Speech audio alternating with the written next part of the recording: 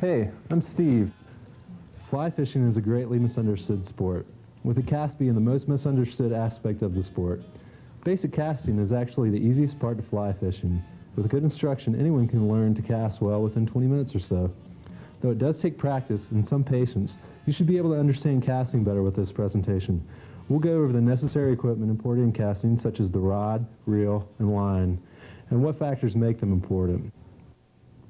There are many casts to learn, including the basic overhead, the roll, the side cast, and the double line haul. So let's begin.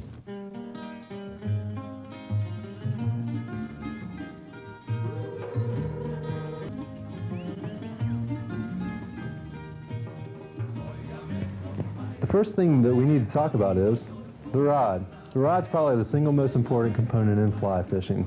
It's basically a lever, but a lever that flexes. And as the flex recoils to its natural position, it's what powers the line over the water. Rods come in varying degrees of length, from 6.5 feet to 9 feet. The shorter the rod is, the harder it is to cast. The reel is the second component in your fishing outfit. And it's probably the least important too. On the East Coast, fishing is much different from the West Coast.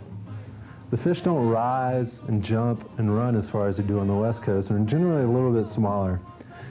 Reels cost from about $12 to about $500, and on the East Coast you can get away with buying the cheapest reel possible.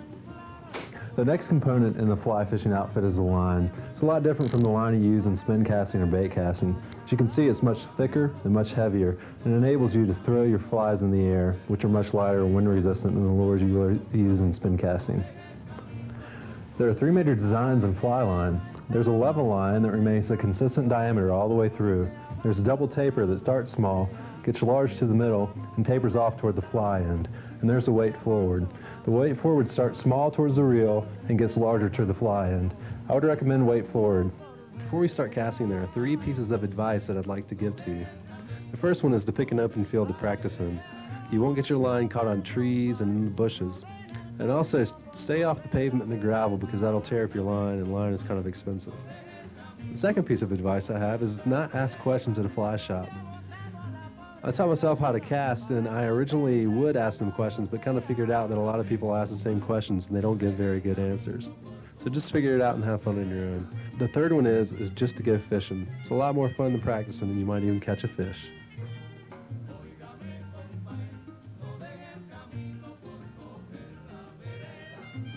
The first cast that we're going to learn today is just the basic overhead cast. It's the most basic cast you can learn, and you need to know it before you can cast any other ways. It has two parts to it.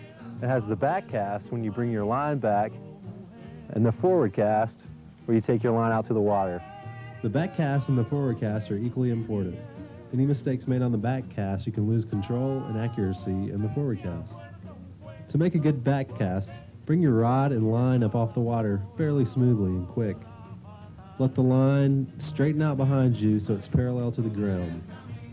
You need to make sure that the line on the back cast is fully extended out from you. If there's still a loop left and you start your forward cast, you'll lose a lot of power. To start the forward cast, quickly move your rod from the 12 o'clock position and try to aim it to the target that you want to hit. You don't want to do this too quickly, because if the line comes too fast, it'll slap the water and it'll scare all the fish away. The best thing to do is just to go out and practice and see what feels right to you.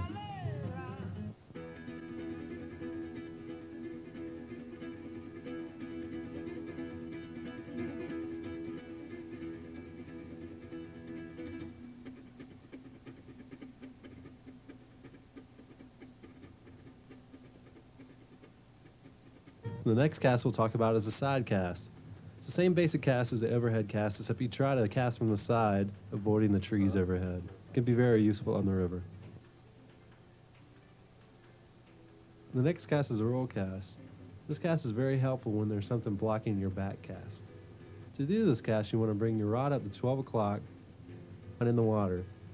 Slowly from the 12 o'clock position, push your rod out toward the water, increasing the speed as you go. This will put a loop in your line, and it'll extend your line farther out in the water. The last cast is the funnest cast. It's the double line haul. It's a cast with a lot of power and will help you cast into the wind. The secret is in the line hands.